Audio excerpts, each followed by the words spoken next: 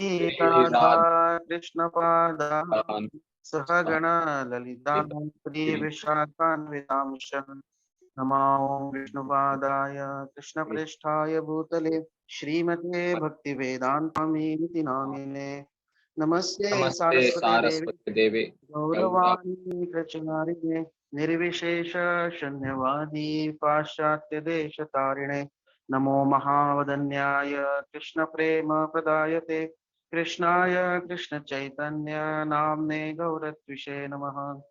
हे कृष्णा करुणा सिंधो दीनबंधो जगत्पते गोपेश गोपिका कांत राधा कांत नमोस्तुते तप्त कांचन गौरांगी राधे वृंदावनेश्वरी वृषभानुसुते देवी प्रणमामि हरिप्रिये वाञ्छाकल्पतरुभ्यश्च कृपा सिन्धुभ्य एव च पतितानां पावनेभ्यो वैष्णवेभ्यो नमो नमः। जय श्री कृष्ण चैतन्य प्रभु नित्यानंद श्री अद्वैत गदाधर श्रीवासादि गौर भक्तवृंद हरे Krishna Krishna Krishna Hare Hare Hare Ram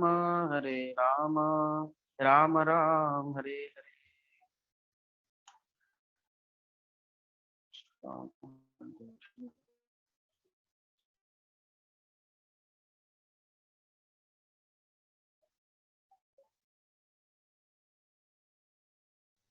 Hare Krishna. So yesterday we had discussion about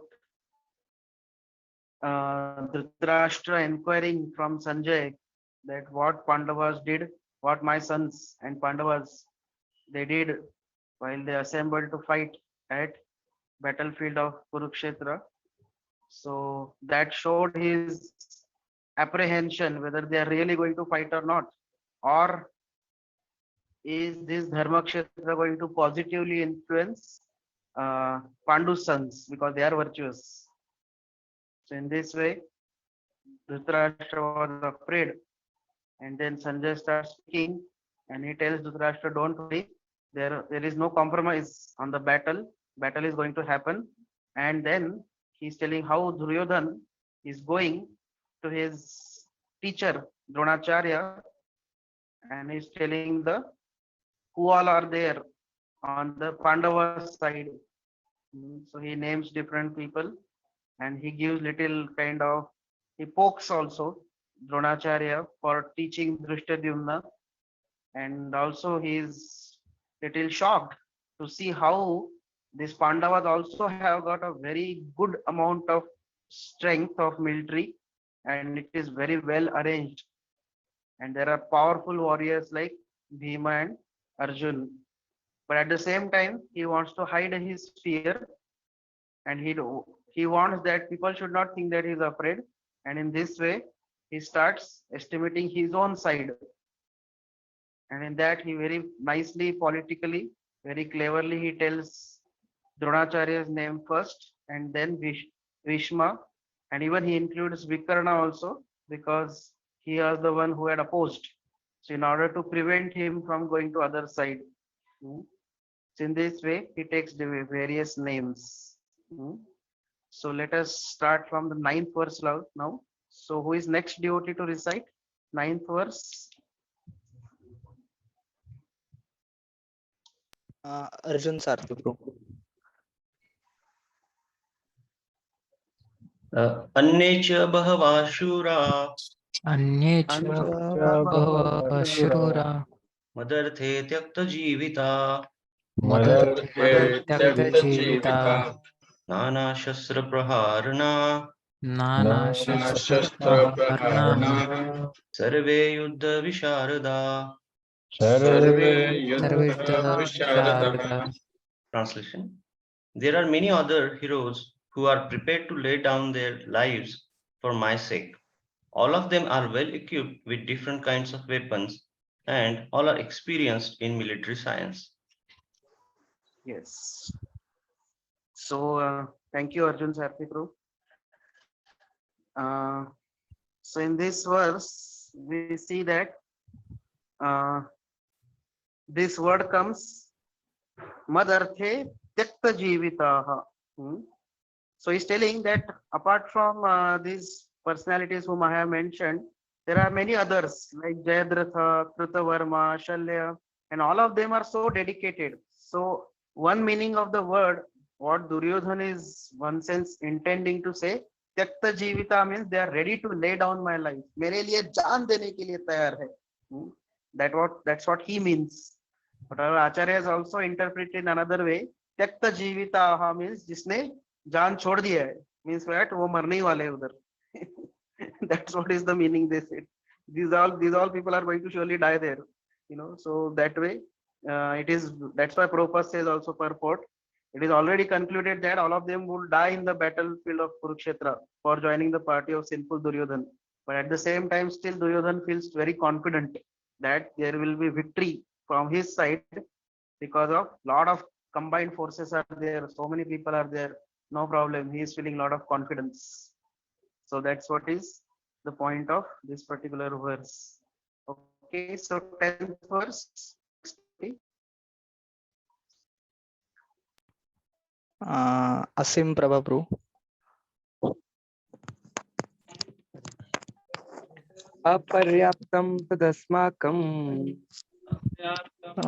अपर्याप्तं तदस्माकं बलं भीष्माभिरक्षितं बलं भीष्माभिरक्षितं पर्याप्तं तु इदम् एतेषां पर्याप्तं वदेदेशे तेषां बलं भीमाभिरक्षितं. बलं बलं भीमाभिरक्षितं. भीमाधिरक्षतम्. Our strength is immeasurable and we are perfectly protected by grandfather Bhishma, whereas the strength of the Pandavas, carefully protected by Bhima, is limited. Yeah. So now Duryodhan, he is making a comparative study of the strength of his side and the strength of Pandava's side.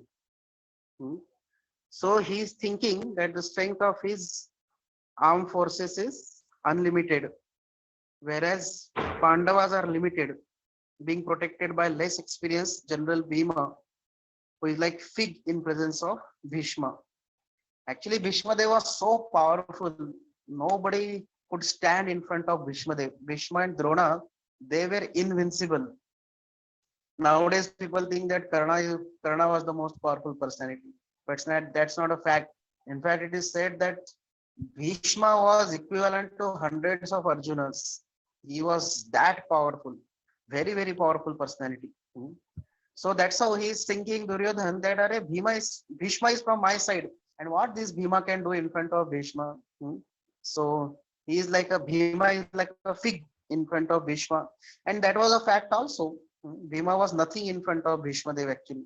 Although Bhishma Dev was old, but he was so powerful because Bhishma Dev is Vasu, one of the Ashtavasus.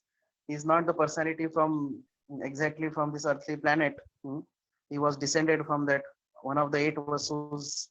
So we all know the story, right? How they all came. So in this way, Bhima is very insignificant in front of Bhishma Dev, and that's why Duryodhana is feeling that our strength is immeasurable, whereas Pandava's strength is limited. So, and in this way, he was thinking that he would come out victorious, surely. So now, we see that Srila Prabhupada, he has translated this word aparyaptam, meaning immeasurable. And in this way, in his purport, Prabhupada explains the word considering the meaning as immeasurable, unlimited. Hamara jo strength hai, Duryodhana is saying, is unlimited. Srila Baladev Vidyabhushan also has taken the same meaning.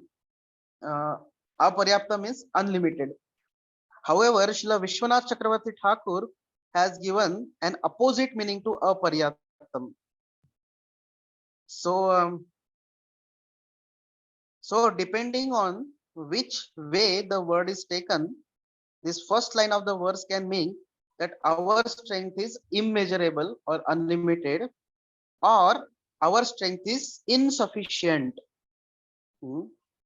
So when the first meaning is used, as it is used by Prabhupada, the sentence means that because we are perfectly protected by grandfather Bhishma, so our strength is unlimited. And in this way, Bhishma Dev, got encouraged when he heard this meaning. But at the same time, we know that the word aparyaptam, so हमको सबको हिंदी पता है also, right? Paryapta means sufficient.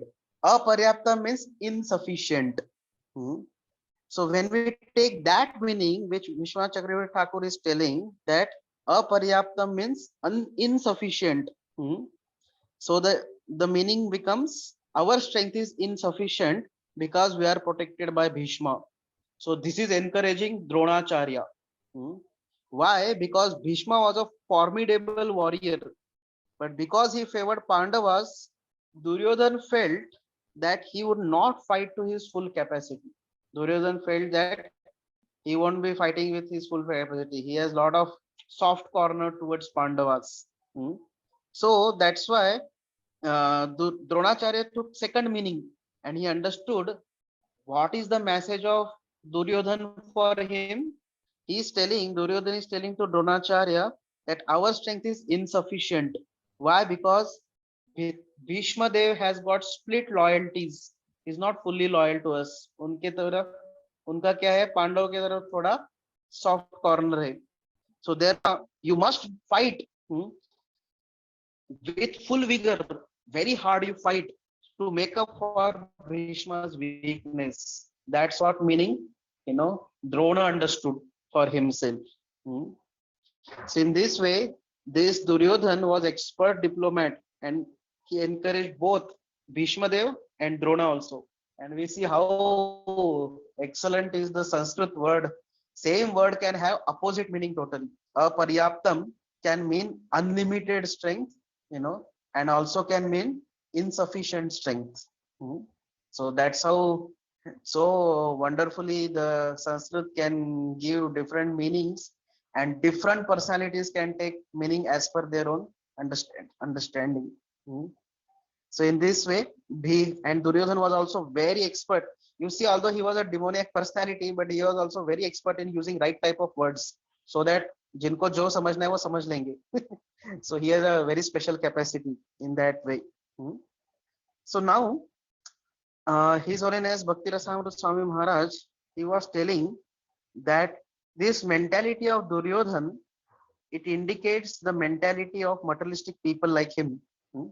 Because materialistic people, they always count on material things. We see among counting various things, personalities who are on the side of Pandavas, Duryodhan did not count Krishna, right? He did not count Krishna. Actually, Krishna was the only one in the entire battlefield with strength, unlimited strength, right? Isn't it? One of the six of Bhagwan is what? Unlimited strength. Who in the battlefield had unlimited strength? Everybody was having a Prabhuji, Very good. your decaying voice body. is breaking, Prabhuji. Again, getting switch off my video. Now Yes, is it Prabhuji. clear? There in Hyderabad, they have problem of network. What to do? When Okay. Raisham Pro also gives classes from Hyderabad, we also see that there is some network issues come. So anyways, now okay, na? Yes, Prabhuji. Now okay. Guruji, just one. Can you repeat from this part that Duryodhana didn't mention name of Krishna, because after that the voice broke, so couldn't hear properly. Yes. So here we see that Duryodhan, he did not mention name of Krishna, but if you see on the battlefield, actually Krishna was the only one who had immeasurable strength. Isn't it? We know the six opulences of Bhagwan. One of that is unlimited strength. What is the strength of the people of this world? How much ever powerful they may be, one slap of Maya can knock them down, isn't it? We know this Muhammad Ali, such a famous boxer. He was always used to say, I am the most powerful, I am the greatest. But when he got disease, afterwards his power faded away. He got Parkinson's disease. He could not even lift up the lamp also. So in this way, the strength of every person in this world is always limited. Hmm. Even though some person may be extremely powerful, but he may get some disease and he may die. Isn't it? His one small coronavirus can knock down a very powerful person also, isn't it? So one little accident can cause, person to lose all his powers. Even the most powerful heroes, even if they retain their power in old age, inevitably their power is lost. And even though these personalities like Bhishma and Drona and Karna, these people were present, or even Bhima and Arjun for that matter, their power is not unlimited. And that's what even experienced by Arjun also. When it was experienced by Arjun that his power is gone, any pastime, When Krishna departs from this world. Ah, Shrikar Prabhu, when Krishna departs from this world, that time what happens? When he was While He coming, got defeated by those coward people. While they were taking, he was carrying the wives of Krishna to Hastinapur. That time some simple cowherd boys came and they defeated him. And he was thinking, Hare, I am the same Arjun, I am having same Gandiyo bow, but I could not win over these people. So he understood that his power was because of Krishna's blessing only. So factually, that's why we can understand that only person in the entire battlefield who was having unlimited strength was Krishna. But then materialistic people, they never count Krishna. They always count material assets. They always think he has got this much wealth, he has got this much assets, he has got this many insurance policies. But the best of insurance policies cannot insure you from death. So they always count on the physical factors, materialistic people. So they count wealth, power, especially based, on their own physical strength. Oh, I have got so much power. I am so healthy. Nothing happened to me. So His Holiness Radhanath Maharaj in one of the classes, he tells that there was one person with perfect health. He had such a powerful health. He knew that how to, keep his health to the fittest way. So in fact, he was very famous. He was boasting that I never get any diseases, and he was giving seminars, going to different countries and giving on how to keep up your good health. But one day while he was walking on the road, there was some oil and he slipped off. From that oil, he cracked his cervical bones and he died on the spot. So we see that the calculation, if it is only based on how much material assets we have, but we have to know that Kamala Dala Jala Jivana Talamala, isn't it? Everything is just transient in this world. So real power is the power of Krishna. So as far as Krishna is with the person, that person has got great strength. That person has got great virtues and everything remains with him. As soon as Krishna goes away from the life of a person, his all opulences fade away. Eventually they will fade away.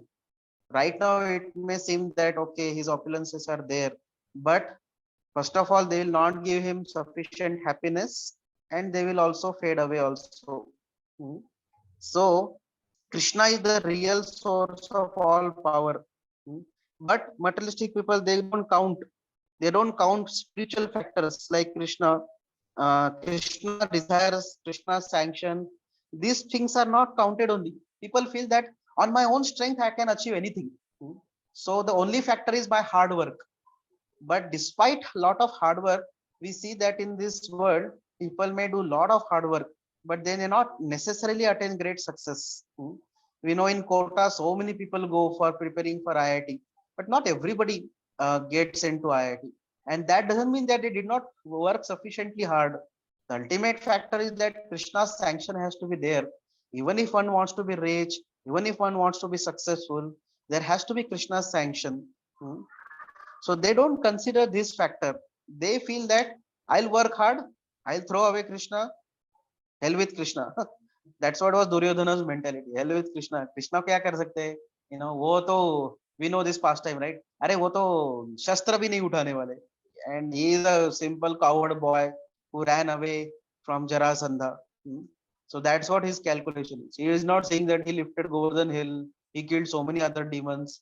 He only got Jarasandha killed later on in Rajasuya sacrifice, during Rajasuya sacrifice. He's not thinking like that. He's thinking, hey, Krishna is, simply a cowherd boy who is not going to lift a weapon also.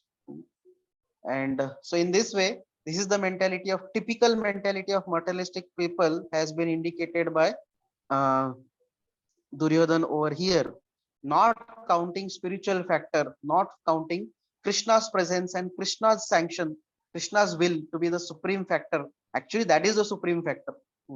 So that they don't count. Now we see, uh, although we know that Pandavas, their strength on a external counts, their power was, quite less, isn't it? This Kauravas had almost 11 or 13 Akshahinis, right? Whereas Pandavas had 7 Akshahinis. Prabhupada writes in further, one of the purports, Prabhupada writes number of Akshahinis also. So we see, although materially seeing, Pandavas had, insurmountable enemies who could not be conquered, and their strength was lesser, actually speaking, than. So one way Duryodhan is correct. Pandava's strength is lesser than Kauravas, because Kauravas had Bhishma and Drona, as we discussed. Their power was so far superior to all others, but Pandavas were victorious despite having lesser power, lesser amount of Akshahoini Sena, and even having such insurmountable enemies like Bhishma, Drona, Karna. Still, Pandavas became victorious. Why? On the strength of faith they had in Krishna. So, and on that strength they fought battle of Kurukshetra. So their estimation was that Krishna is on our side. Why we have to be worrying? Krishna will be there to help us. Krishna is there always with us. So this is the mentality of devotees. Devotee can do an impossible task, on the basis of his faith on Krishna. When he gets an order from Krishna, although the task may be impossible, but he can do it. So certainly, battle with Maya is very, very difficult, but devotees should fight it, taking shelter of Krishna. Yes, Maya is insurmountable. Daivi Hesha Gunamai Mama Maya Duratyaya. Maya is practically insurmountable. Who are we in front of Maya? Maya just one फूक. Maya ने अगर फूक दे दिया तो हम उड़ जाएंगे. इतना माया का पावर है. माया में इतना पावर है. She doesn't have to even endeavor to make us fall down, isn't it? Just by her, just by her little, धक्का भी दे दिया हमको तो हम गिर जाएंगे. इतना माया का पावर है. But मामे वये प्रपद्यन्ते माया मेताम. Devotees, when they adhere to Krishna, they attach themselves to Krishna and develop strong faith on Krishna, take shelter of Krishna. On that shelter, on that attachment to Krishna, on that faith on Krishna, they can cross over this insurmountable Maya. So that's why Avanti Brahmana also says in the 11th canto of Srimad Bhagavatam, the Aham Tarishyami Duranta Param Gato Mukundangri Nivishaiva Eva. He says that although this ocean of material existence we cannot cross, I cannot cross, but still I will cross this ocean of material existence. How? By taking shelter of the boat, of the solid boat of the lotus feet of Krishna. By that I can surely cross over the Maya, the insurmountable, incrossable ocean of material existence. And we see Srila Prabhupada also did the same miracle, isn't it? He went to the West alone, a 70-year-old man. What is the power of a 70-year-old man? If any 70-year-old man, he will be bedridden only. An alone person, what he can do with no friends, no help, no money, what he can do? If we think carefully, it is practically impossible to do anything over there for a 70-year-old man. He will be simply, that's what this Sumati Morarji told also. Oh, you are so old and there is so much cold. Swamiji, you are going there just to die. Like that she was telling Prabhupada, you are going there simply to die. You know. But then Prabhupada had staunch faith on the holy names. He had staunch faith on the protection of Krishna, and he had strong faith on the instruction of his spiritual master. So although Prabhupada was the one person and the Maya, people who were under the clutches of Maya were practically unlimited. But one Prabhupada, he could convert so many people into devotees, and he made revolution, spiritual revolution in Western countries and even all over the world. So we see that जिसके side में Krishna है, that person will surely be victorious. That person will surely gain the highest victory. So that's what the one lesson from here we can understand what Bhakti Rasamrit Maharaj is telling, that Krishna factor can change everything. Krishna, Krishna factor can make most powerful person into a pauper or powerless, and Krishna factor can make the most powerless person into most powerful. He can gain the supreme victory. That is possible by Krishna's way. So Duryodhan is not counting Krishna, so that is his biggest mistake, actually speaking. The biggest mistake of Duryodhan is not counting Krishna in the people whom he is mentioning as powerful and all that. And his calculations are not based on Krishna's this thing. That is his flaw. Okay, so should we go ahead? Next verse. Avinash Pro. Yes, please recite.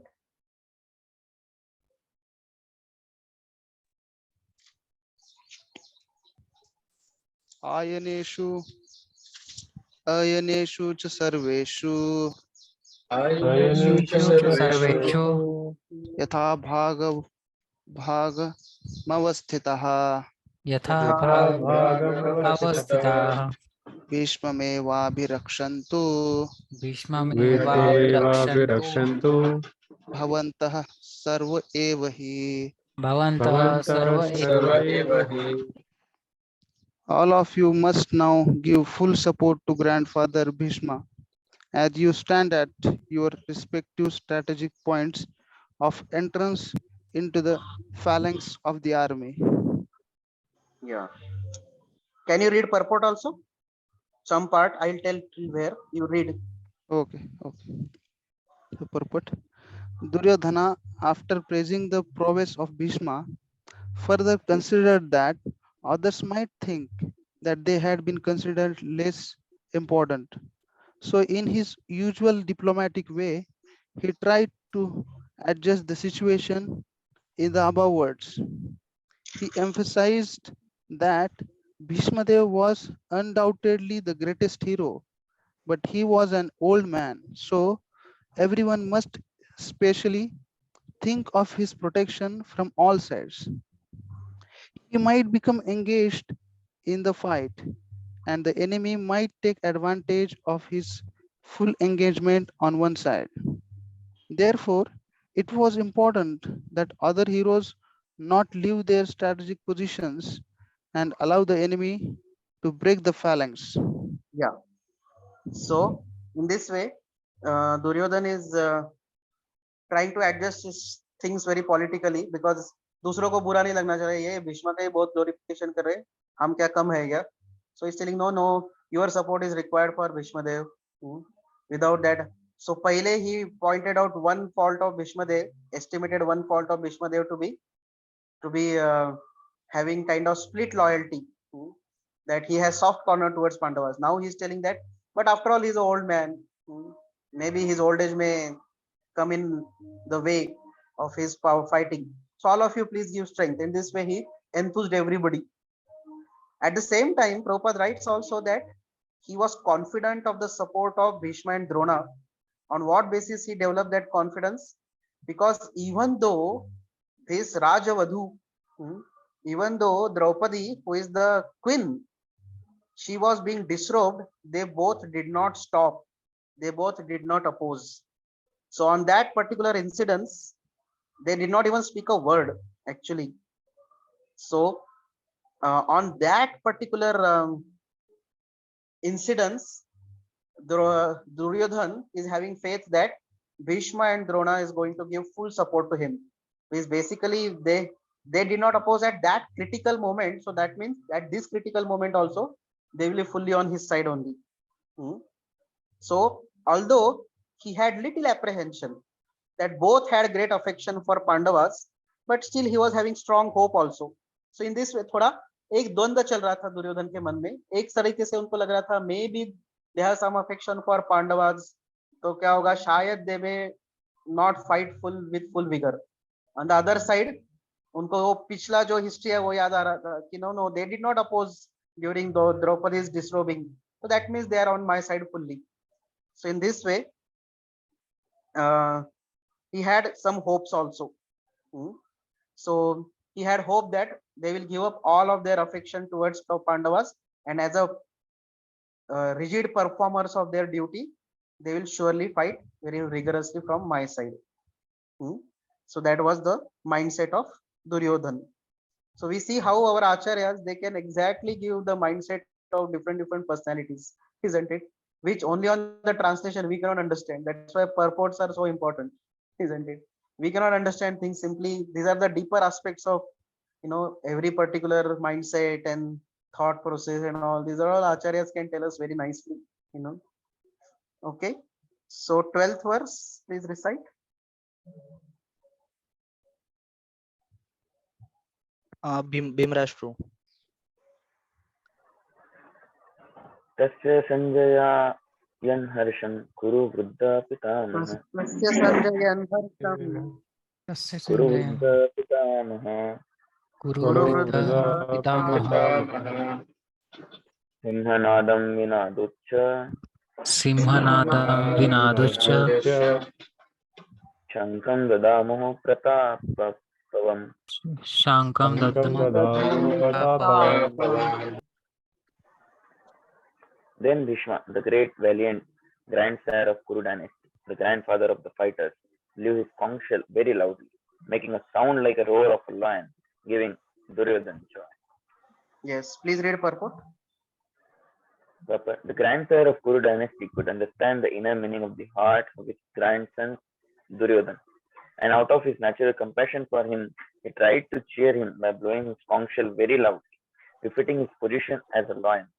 Indirectly, by the symbolism of the conch shell, he informed his depressed grandson Duryodhan that he had no chance of victory in the battlefield because the Supreme Lord Krishna was on the other side. But still, it was his duty to conduct the fight, and no pains could be spared in that condition. Yeah. So Bhishma, after hearing this so much of talks of Duryodhan, he did not give any answer verbally, but he very loudly blowed his conch shell, which meant that despite your heroic words, victory or defeat lies in the Lord's hands. That's what Bhishma was telling to Duryodhan. Okay, you are making different calculation, but ultimately our victory or whosoever victory or defeat, that depends in the Lord's desire, Lord's hands. I will do my duty. I am even ready to lay down my life for you. But at the same time, I cannot guarantee your victory. I will do my duty, but I cannot guarantee your victory, isn't it? So we see that one in one of the hospital also they had written, very nicely. Actually, in doctor, one of the hospitals they had written once line, we treat, God heals. Very apt, isn't it? Very nice it is. We treat, God heals. So many times we see even doctors also say, isn't it? We are going to try our best, but ultimately it is in God's hands. So that's what a devotee understands, that I can try, I can do my best, but ultimate result is in Krishna's hands. Ultimate things are in Krishna's hands. So Bhishma is telling that I can even lay down my life for you, but I cannot guarantee your victory. Victory जो है वो भगवान के हाथ में बाबा. So in this way, also acharyas are telling, Prabhupada is also mentioning the purport that conch shell is a symbol of Lord Vishnu, isn't it?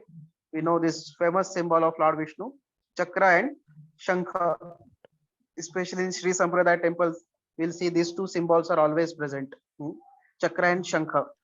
So this conch shell of which is a symbol of Vishnu, it indicated that Duryodhan had no chance of victory in the battle because Krishna, who is the holder of that conch shell, who is the origin of Vishnu, was present on the opposite side. And Krishna, this conch shell is symbol of Vishnu, and because Krishna is present on opposite side, so there is no chance of victory for Duryodhan. That's what he wanted to convey. Okay, so 13th verse, please recite. Chaitanya Prabhu. तथा शङ्खश्च वीर्यश्च ततः शङ्खश्च वैर्यश्च प्रणवानकगोमुखा प्रणवानकगोमुखाः सहसैवाभया अन्यन्त सहस्रैवाभ्यामन्यन्त सा शब्दस्तुलभावत् सभावास्तुमुलो After that, the conches, drums, bugles, trumpets, and horns were all suddenly sounded, and the combined sound was tumultuous. Yeah. So battle was also musical. There is to be music played during battle. Actually, we see that music has an effect. Different types of music have different effects. So the typical music was played. So those who know music very well, they know that at different occasion, different music has to be played. So typical music was played during battlefield in order to enthuse all the warriors. आजकल नहीं होता है शायद music वगैरह play नहीं होता है, but in the older times there will be music played also. Enthuse music has a lot of effect, right? Even at different time there are different ragas to be sung because they foster that type of consciousness. At different occasions, different types of music and singing is done to thoroughly support that particular occasion, the particular mentality, consciousness. So during battlefield also music was played to enthuse all the warriors. Okay, 14th verse. Chandrabhushan Prabhu. ततः स्वतः युक्ते ततः श्वेतैर्हयैर्युक्ते महती सेनन्दने स्थितो महत्स्थितौ Madhav पाण्डवश्चैव Madhav पाण्डवश्चैव दिव्यो शङ्खो प्रधूमतु दिव्यशङ्खो On the other side, both Lord Krishna and Arjuna stations on a great chariot drawn by white horses sounded their transcendental conches. Yeah. So this is the first time now Krishna's name is being mentioned as Madhava in this particular verses. In this verse, Krishna's name is being mentioned. So, as Prabhupada writes in the purport, so Bhishma Dev blowed his conch shell, and now Arjuna and Krishna both were sounding their conch shells now. So Prabhupada writes in the purport that in contrast with the conch shell sounded by Bhishma Deva, the conch shells which are in the hands of Krishna and Arjun are described as transcendental. Divyau Shankau. So conch shells of Krishna and Arjun are Divya Shankha. Bhishma Deva's conch shell is not mentioned like that. So why these conch shells are meant as transcendental? Because first of all, they are in the hands of Krishna and his devotee, and it indicated that there was no hope for victory for other side because Krishna was on the side of Pandavas. So Prabhupada quotes this very famous aphorism: Jayastu Panduputranam Yesham Pakshe Janardanaha. Victory is always on the side of Krishna. Victory is one of the energy of Krishna, and it is always on the side of Krishna. So those who side with Krishna, they always become victorious. It may seem that in the beginning they are struggling. So Pandavas also had to struggle. They also lost their son Abhimanyu, isn't it? They also lost many people from their side. Even they lost his son also. Bhima's son was who? Ghatotkacha. Was Ghatotkacha. Ghatotkacha, such a powerful personality, they lost him also. So there were a lot of losses from Pandava's side, but ultimate victory was attained by Pandavas only because Krishna was on their side. So it may seem that in the beginning, devotee may have to struggle to get victory, but ultimately, surely he'll become victorious because Krishna is on his side, like that. Hmm. So that's what Prabhupada is mentioning, that victory is always with the persons like sons of Pandu because Krishna is associated with them.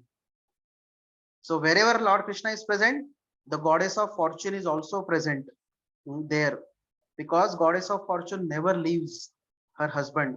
So anybody who becomes devotee of Krishna is always favored by goddess of fortune also. Hmm. So in this way, it was indicated that uh, Arjun was always, good fortune was waiting for Arjun and the Pandavas. Hmm. Now, another sign of victory for Pandavas was that the chariot which they were riding, that was given to them by Agni. So we know this famous pastime when Agni Dev came and requested uh, that he had got some indigestion because of taking too much of ghee in the sacrifices. So there was an indigestion. So he was telling that I want to cure my stomach. So please give. Uh, so he had approached Krishna.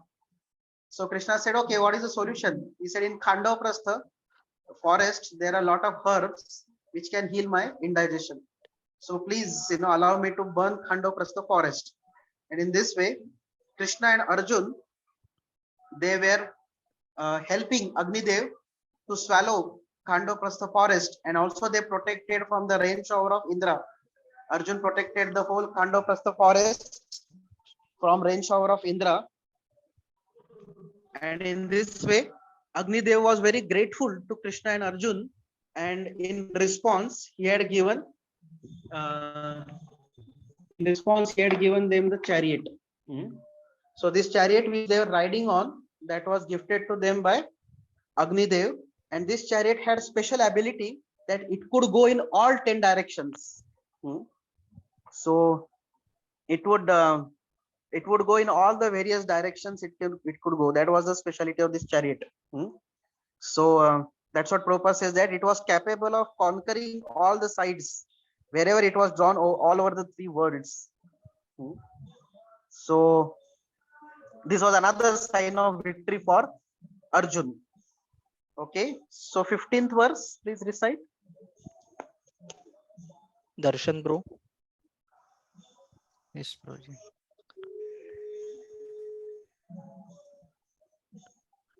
Panchajanyam Hrishikesho Panchajanyam ऋषिकेशो Devatattam Dhananjayah देवदत्तं Dhananjay Ponduram Dadamau Mahashankham Poundram पौण्ड्रं ददमो महाशङ्खं शङ्खं Bhimakarma Virodaraha. Bhimakarma Karma प्रपोदरः Translation. Lord Krishna blew his conch shell called Panchajanya. Arjuna blew his, the Devadatta, and Bhima, the voracious eater and performer of Herculean tasks, blew his terrific conch shell called Poundra. Yeah. So what is the name of council of Krishna? Panchajanya. So we should remember this. At least Krishna's council's name we should know. Krishna's council name is Panchajanya. And Arjun's council name is Devadatta. Bhima's council name is Poundra. Hmm. So here the reference to Krishna's name is Rishikesha because he is the master of all the senses. Hmm. So living entities are part and parcel of Krishna, and that's why the senses of living entities are also part and parcel of Krishna's senses. And in this way, all the senses basically belong to Krishna. He is the owner of the senses. Hmm. So Krishna, who is sitting in the heart of every living entity, is the director of the senses actually. Hmm. Krishna situates in the heart of everyone as Paramatma, and he is giving direction to the senses. So we know that as such there are senses are controlled by even sense devatas, but ultimate control with of the senses is with Krishna. So sense devatas, like for mouth there is Agni, for eyes there is sun god. Like that, there are different sense devatas for different senses. For nose there are Ashwini Kumaras. But these sense devatas are not independent. They are always under the they are always acting on the order and desire of Supreme Lord Krishna. So Prabhupada writes a very important statement over in the purport that yes, Krishna directs our senses. Hmm. So one may say, okay, so I am doing sense gratification. That is under direction of Krishna only, na. So why I am should be blamed? Isn't it? One may say like that. अरे मेरा तो sense gratification में जो करता हूँ वो तो कृष्णा के ही डायरेक्शन में कर रहा हूँ. Krishna is the director of my senses. So Prabhupada knows this. So what he says, but he directs in terms of the surrender of the living entity. Hmm. So the way living entity desires, accordingly Krishna directs the senses. So if living entity wants to do sense gratification, then Krishna will allow him to do sense gratification. He will not stop him, but he will have to get karmic reactions also for it. But one who is a pure devotee, 100% surrendered soul, Krishna takes full control of his senses, and he uses all the senses in his own service. Hmm. He directs them in such a way that all his senses are purified and they are completely engaged in the service of Krishna, and in this way he derives the transcendental pleasure. Hmm. So to the degree we are surrendered to Krishna, to that degree Krishna will take charge of our senses in a positive way. So ultimate control is there with Krishna, but he allows living entity to exercise his free will also. But if living entity wants to use his senses in Krishna's service, then Krishna takes full charge of them. That's what Prabhupada says. That for a pure devotee, Krishna directly controls the senses. Hmm. So here on the battlefield of Krishna, because Arjun was surrendered devotee of Krishna, so Krishna was directly controlling the transcendental senses of Arjun, and that's why his name is Rishikesha. Prabhupada says. So Lord has various names according to his various activities. He's son of Devaki, so he gets named Devaki Nandan, and then he kills Keshi demon, that's why his name is Keshava. So like that, according to his various qualities and according to his various activities, Krishna has various names. So Arjun is also referred to as Dhananjay. Why? Because he's so Arjun's name is also Dhananjay because he conqueror of wealth, because he helped Yudhishthira to amass lot of wealth for Raj sacrifice. So that's why Arjun's name became Dhananjay. Bhima is known as Vrukodara. Vrukodara means having big belly. Vruka Udara. Vruka means belly.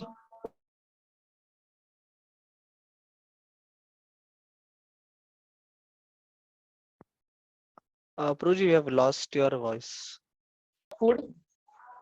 50% of the food would be given to Bhima, and all Hare other Krishna, five Prabhu. Hare people, Krishna. along with Kunti and other Prabhu, four. sound is not coming. Yes, bro. Hare Krishna. Pruji, we lost you when you were when you started mentioning about Bhima. Yes. Could you repeat? Okay. Am I clear now?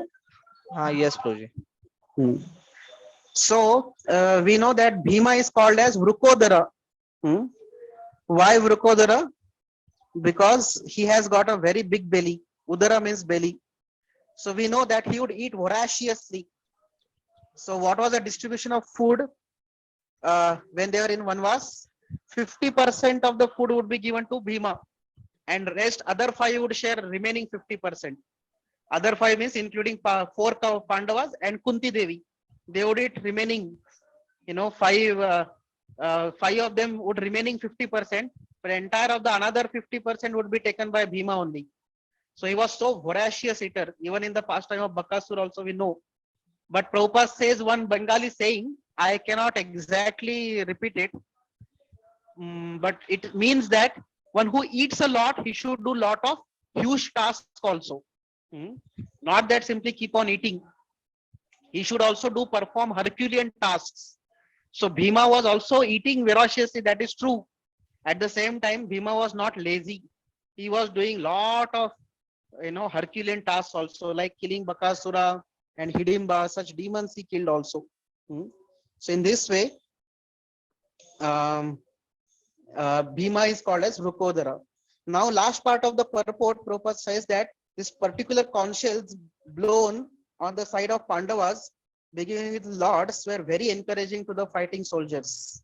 On the other side, there were no such credits in the presence of Lord Krishna, the supreme controller, not that of the goddess of fortune. So they are predestined to lose the battle.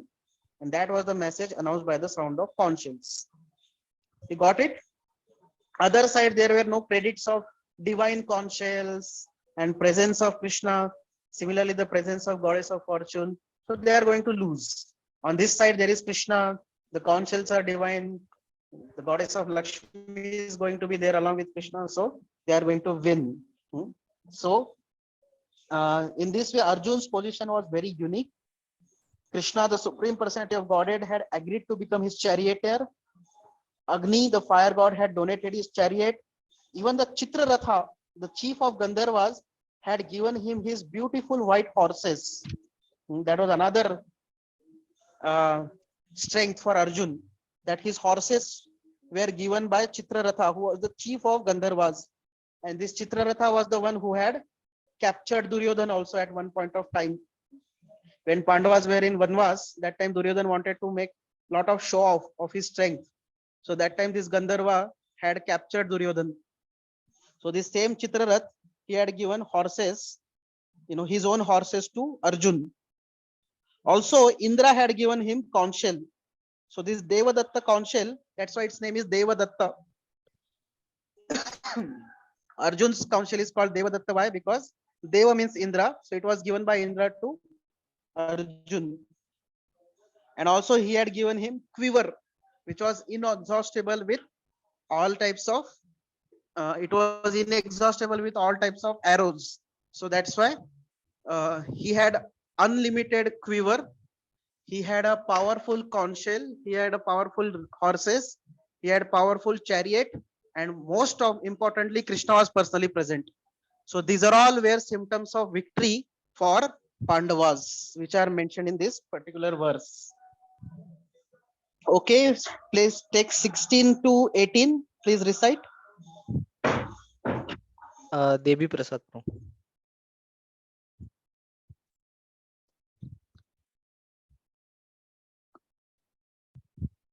Ananta Vijayam Raja Ananta Vijayam Raja Kunti Putro Yudhishthira Kunti Putro Yudhishthira Nakula Sahadevascha Nakula Nakula Seva Devascha Sahadevascha Shughosha Mani Pushpako Sughosha Sughosha Mani Mani Pushpakau Pushpakau Kashyascha Parameshwasha Kashyascha Vashyascha Parameshwasya Parameshwasya Tikandicha Maharatha Shikandi Shikandecha Cha Maharatha Maharatha Drishtadyumno Viratascha Drishtadyumno Viratascha Satyakischa Parajita Satyakischa Satyakischa Parajita Parajita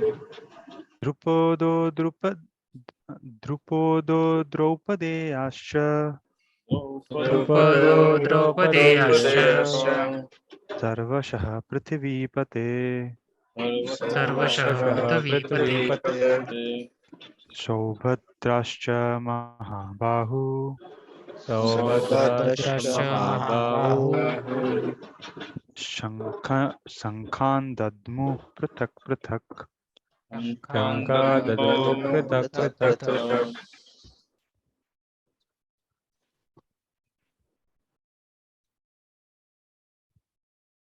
King Yudhishthira, the son of Kunti, blew his counsel, the Ananta Vijay, and the Nakula and Sahadeva blew the Sughosa and Manipuspaka. That great archer, the king of Kashi, the great fighter Sikandi, Drushtadimna, Virata, the unconquerable Satyaki, Drupada, the son of Draupadi, and the others, O king, such as the mighty armed son of Subhadra, all blew their respective counsels. Yeah, Shall I please read? read purport. Okay. Sanjay informed King Dhritarashtra very tactfully that his unwise policy of deceiving the sons of Pandu and endeavoring to enthrone his own sons to the seat of the kingdom was not very laudable. The signs already clearly indicated that the whole Kuru dynasty would be killed in that great battle. Beginning with the grandsire Bhishma, down to the grandsons like Abhimanyu and others, including kings from many states of the world, all were present there and all were doomed. The whole catastrophe was due to King Dhritarashtra because he encouraged the policy followed by his sons. So Dhritarashtra being Dhritarashtra was a cause for such a great massacre of people because he was very blindly attached to his son Duryodhan, who was doing unfair politics. So politics may be required, but Duryodhan was doing unfair politics, and because of that, what was happening? Because of that, you see that so many people died. 64 crore, like that count I heard once, where soldiers were present and they died over there. Even the greatest personalities like grandfather Bhishma, he also died. So we see that the politicians, you know there is such a big responsibility for them. If they don't act purely, if they don't act transparently, then what happens? It can cause great harm to the entire society. Now also we see, because of politicians different interests, own selfish interests, so many poor people, so many uh, simple innocent countrymen, they are also suffering because the politicians are hmm, uh, because the politicians are all doing lot of propaganda for themselves. They want to have their own selfish purposes. Hmm. So even India and Pakistan was partitioned. There was severe massacre during that time, just for the interest of two politicians. And many incidences on World War I, World War II took place because of politicians selfish interests. So how unfair and how cruel it is from the side of politicians, who are supposed to be kshatriyas, who are supposed to be protectors, if they put the lives of their innocent citizens on jeopardy for their own interest. How cruel it is, isn't it? These kshatriyas, they are supposed to protect. Hmm. So they are supposed to protect. Kshatriyas are supposed to protect, but if they become the cause of the destruction of the citizens, then where the citizens should go? So this is what the precarious situation happens when the leaders are not transparent, when they are very selfishly motivated. Okay, so there are questions by Arjun Sarthi Prabhu. Yeah, who were the sons of Draupadi? The ones that we know were kids who were killed by Ashwatthama, yes, but they're not exactly some small kids. Hmm. They're not the small kids. They were like a teenage, and they were also participants in the battle. Hmm. Like that. So sons of Draupadi are those five. Draupadi had one son from each of five Pandavas. So they were there. Then Bhimraj Pro is asking, it was earlier mentioned that those who are on the side of Krishna will be always victorious. But here in the purport, it is mentioned that all doomed in the war, including Abhimanyu. Yeah, so victorious doesn't mean that they will be victory here means it's on the what do you say?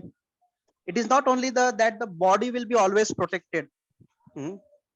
Because body, whether one is whoever one is in this world, one day or other the body has to go only.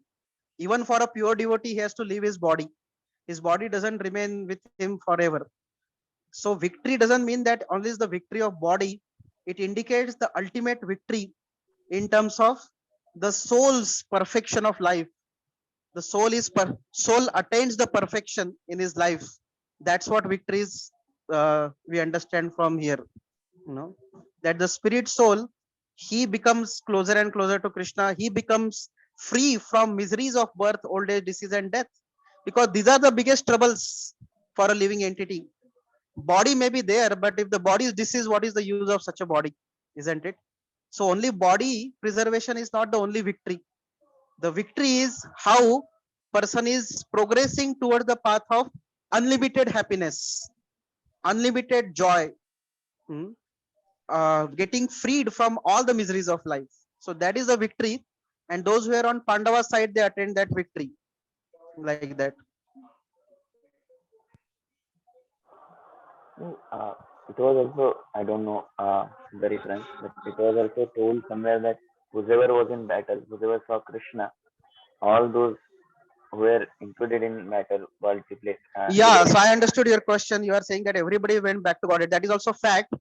So there are various levels. We see that on an ultimate side, everybody went back to Godhead on battlefield of Kurukshetra because they appreciated beauty of Krishna before dying. But when it comes to seeing the things from a perspective of a particular pastime, then it has to be taken that way only. So one way Duryodhana also went back to Godhead. But that doesn't mean that we can say that Duryodhana was so nice, virtuous. Yes, he was playing the part of that role in a particular way. So that role has to be taken that way only. Now Kaikeyi, she is a pure devotee in the spiritual world, in Ayodhya, eternal Ayodhya Dham. But we cannot say no, Kaikeyi is nice only. When a particular drama we see, in that drama, the villain has to be understood as a villain only, isn't it? So yeah, in a ultimate sense, everybody went back to Godhead. So that ultimate victory was attained by everyone. But when it comes to evil, certainly Ravana and Kumbhakarna are who? They are Jay Vijay. But that doesn't mean that we propagate Ravan is only a very nice person. The bhakti nahi dekhi, shakti dekhi. We cannot propagate that type of thing. So there are various levels of things had to be taken based on the particular type of context. On what context the discussion is happening, on that basis the things have to be taken. It is true that everybody went back to Godhead, but nonetheless we cannot say that Duryodhana was a nice person. No, he was an evil person. Although he may be originally pure devotee and all that, and he may be playing the part of a evil person, whatever it is. But Duryodhana has to be, discussed as a evil person so that we learn the lesson not to become like Duryodhana. And we learn the lesson that we should become like Abhimanyu and Pandavas, virtuous people like that. Hmm.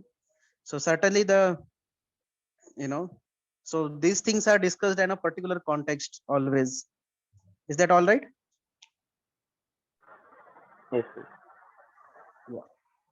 So text 19, please recite. Deepak Pro.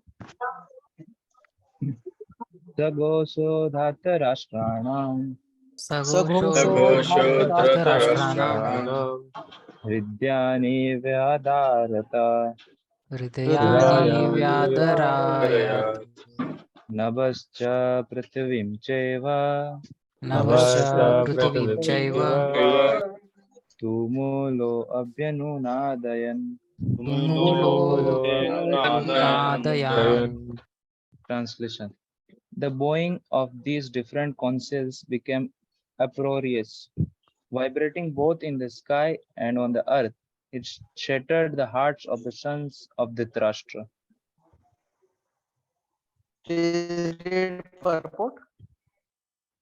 When Bhishma and the others on the side of Duryodhana blew their respective councils, there was no heart breaking on the part of Pandavas.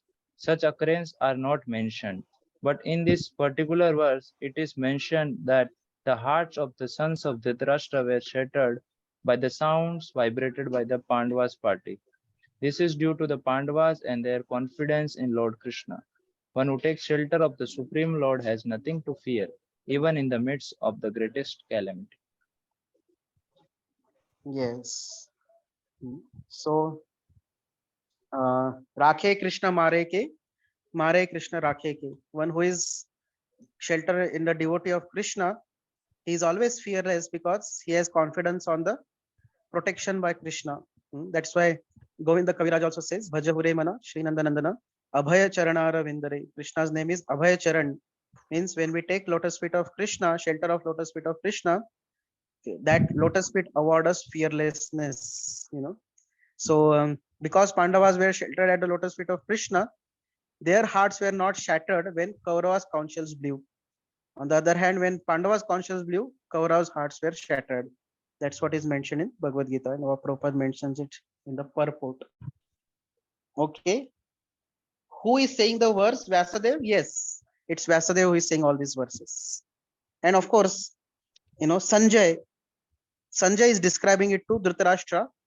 All these verses Sanjay is saying, and Vyasadeva has recorded this, all things like that. But Prabhuji, I mean, Sanjay may not be telling this to Dhritarashtra, right? Because it says directly that it shatters the sons of Dhritarashtra. Probably he may not want to say that to him. Sanjay was also aware that the Pandavas, there is going to be victory. So Sanjay played both the roles. Sometimes he used to indicate, no, don't worry. He used to enthuse also Dhritarashtra. Sometimes he was clearly telling also. With the last verse, if you see, Sanjay very clearly says what he says. Yatra Yogeshwara Krishna, Yatra Partho Dhanudara, Tatra Shri Vijayo Bhuti Dhruva. Very clearly tells that who is my opinion is very clear. Wherever there is Krishna and Pandavas, there is going to be victory. Krishna and Arjuna. So Sanjay was also very good counsel he was giving.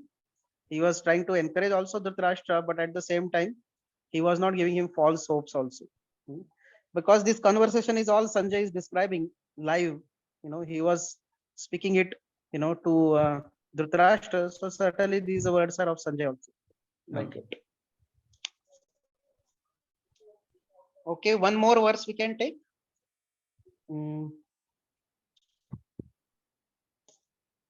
Dheeraj Pro.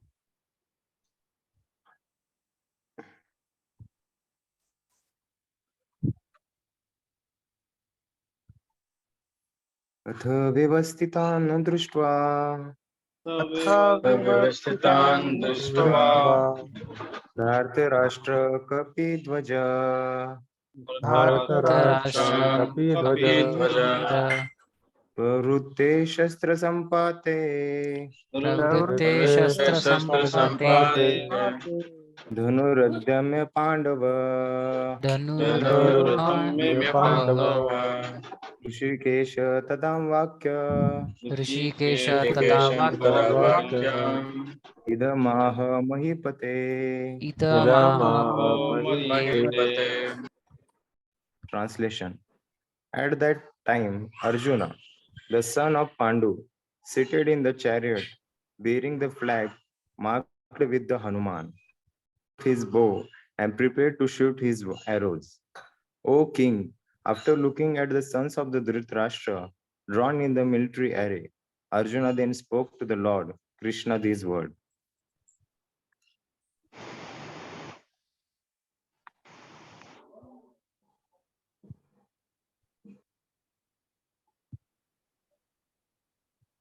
Yeah.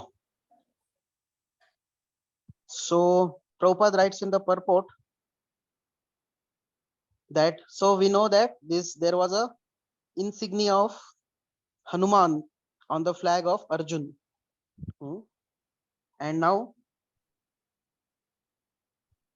Arjun was prepared to shoot his arrows. So Prabhupada writes in the purport that the sons of Dhritarashtra were more or less disheartened by the unexpected arrangements. So as we discussed that, they're not expecting that they will have so much of army and it will be so nicely arranged. So because they did not know that Krishna is also present on their side. And then Prabhupada said in the purport also that Hanuman on the flag of Arjun is also another sign of victory. So Hanuman, Prabhupada says that Hanuman cooperated in the battlefield of Ramayan, on the battle of Ramayan from the side of Ram, and there was a victory for Ram. So there was a cooperation of, there was Supreme Lord Ram, and there was a great devotee Hanuman who cooperated, and in this way there was a great victory against the demon Ravan. So, and who was also very powerful demon. So Prabhupada said that how much ever Kauravas may be powerful, but because same Ram was present as Krishna, and Hanuman was also present on the flag of Arjun. So this also indicated that there was a victory assured for Pandavas. So Hanuman had agreed to help Bhima in the battlefield, to help in the battlefield. So that's why there was a symbol of Hanuman on the flag. So Prabhupada says that, so in this way, because Krishna was personally present to give the direction to Arjun, and so all types of good counsel was available to Arjun in the matter of executing the battle, and that's how things were auspicious for Arjun. So this counsel by the Krishna is also one of the very important thing which we'll see ahead, right? Arjun got bewildered, but because he was counseled by Krishna, he got saved. So yes, power may be there, skills may be there, and talents may be there. At the same time, good counsel is also required. One requires a appropriate direction and guidance by the bona fide personality, the personality who is your real well-wisher and who is very this thing. He is your well-wisher also, and he is that personality who is your who is capable also of guiding, who has got that intelligence, who has got that type of you know knowledge, who can guide you rightly. So that person is also required. So only skills and talents are not sufficient, but appropriate counsel, appropriate guide can help us to actually go in the right direction and attain success. So the supreme guide and supreme counsel was available for whom? For Arjun, because Krishna was there, who is the supreme knowledgeable person, who is supreme well-wisher, and who is the, of course, is the source of all knowledge and everything. So in this way, the best counsel was available for the Arjun, and that's what we see, that Arjun, although got little bewildered, but ultimately all his doubts were cleared off, and he fought very wonderfully under the direction of Krishna, and he became victorious. So the whole battlefield became auspicious for Arjun. So that's what is the importance of this particular verse. So again, this is another sign of victory for Arjun. Okay, so our time is up. So we'll stop for today now. And next week, we will meet. Next week, Thursday, we'll continue our discussion from 21st verse onwards. All right. Yes, Thank you Guruji. very much. Thank you, Guruji. Hare Krishna. Thank you, Prabhuji. Thank you, Prabhuji. Hare Krishna. Thank you, Guruji. Hare Krishna. Thank you, Prabhuji. Thank you very much. Guruji. Hare Thank you, Prabhuji. Hare Krishna. दोन कोणते हल्ले इकडे